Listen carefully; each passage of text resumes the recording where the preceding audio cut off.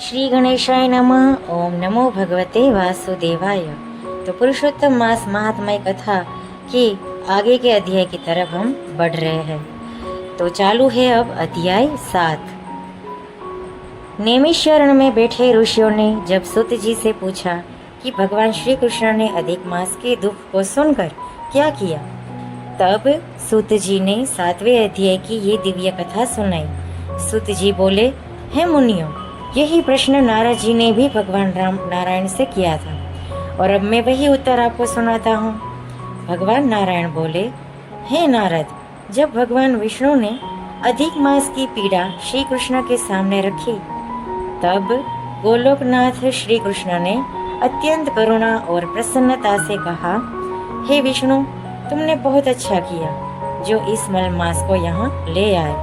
अब इसका उद्धार निश्चित है।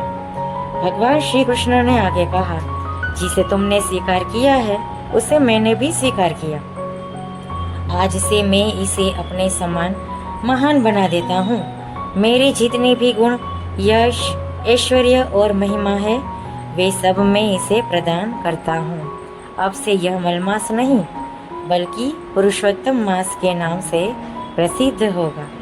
उन्होंने घोषणा की, आज से मैं स्वयं इसका स्वामी हूँ। ये सभी महीनों में श्रेष्ठ और पूजनीय होगा। जो भी श्रद्धा से इस मास में व्रत, जप, दान और पूजा करेगा, उसके सभी दुख, पाप और दरिद्रता नष्ट हो जाएंगे।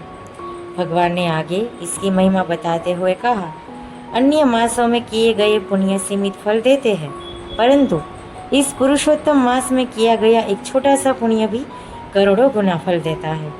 जो मनुष्य इस मास में भक्ति करता है, वो बिना कठिन तपस्या के ही मेरे परम धाम को प्राप्त कर सकता है।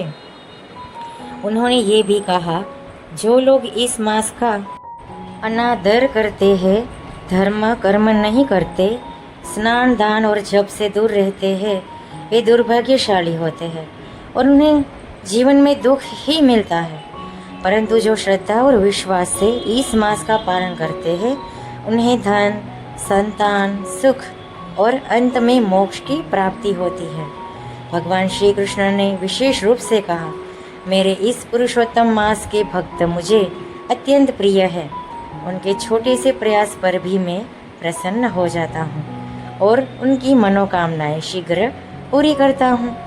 उनके दोषों को भी मैं नहीं देखता। उन्होंने आगे निर्देश दिया, जब भी यह पुरुषोत्तम मास आए, तब सभी को अपनी शक्ति के अनुसार स्नान, पूजा, जप और दान अवश्य करना चाहिए। यही सबसे श्रेष्ठ साधन है और यही जीवन को सफल बनाने का सरल मार्ग है। अंत में भगवान श्री कृष्ण ने विष्णु से कहा, अब आप इस पुरुषोत्तम मास को साथ लेकर वैकुंठ लौट जाओ और इसे जगत में स्थापित करो, ताकि सभी लोग इसका पालन करें और इसका लाभ प्राप्त करें। भगवान श्री कृष्ण के ये वचन सुनकर भगवान विष्णु अत्यंत प्रसन्न हुए। उन्होंने श्री कृष्ण को प्रणाम किया और अधिक मास, जो अब पुरुषोत्तम मास बन चुका था, उसको साथ लेकर गरुड़ पर सवार होकर वैकुंठ लौट गए। तो इस तरीके से हमारा अध्याय 7 पुरुषोत्तम मास महात्म्य का पूर्ण होता है। आप कमेंट में बताइए कि आपको इस वीडियो को देख के कैसा आनंद हुआ। क्या आपको भगवान श्री कृष्ण और भगवान विष्णु की भक्ति प्राप्त हुई, या फिर आप लिख दीजिए ओम नमो भगवते वासुदेवाय, या तो लिख दीजिए श्री कृष्ण, जय श्री कृष्ण, ताकि हमें और प्रोत्साहन मिले, कि हमें पता चले कि आपको हमारा ये कार्य अच्छा लगा। और हाँ, अगर आपको हमारा ये कार्य अच्छा लग रहा है, कथा सुनना और आध्यात्मिकता प्राप्त करना, तो आप हमारे इस चैनल द नीलकंठ दास को अभी के अभी सब्सक्राइब कर सकते हो।